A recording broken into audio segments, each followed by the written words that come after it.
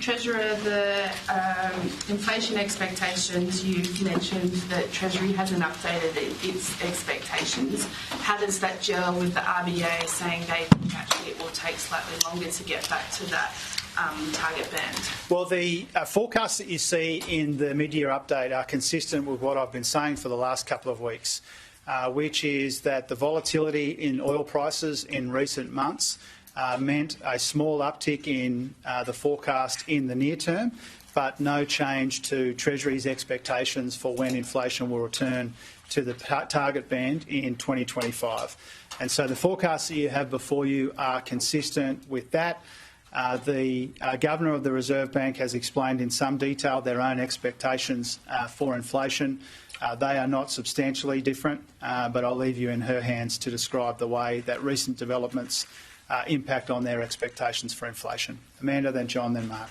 You say that you want this to be about responsible economic management, but do you think that it's really responsible to continue with the Stage 3 tax cuts in our current economic climate?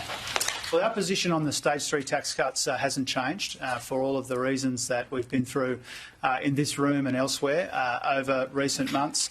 Our priorities when it comes to tax reform are elsewhere in this document and in recent months as well.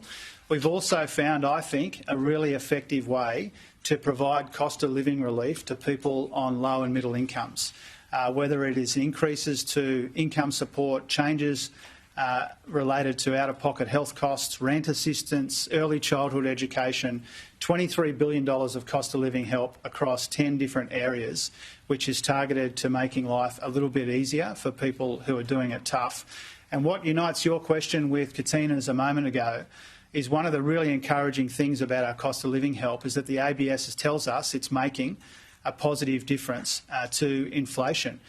Whether it's rent, electricity bills, early childhood education, the ABS has made it very clear that our cost of living relief is taking some of the edge off these cost of living pressures rather than adding to inflation, and that's what we designed it to do.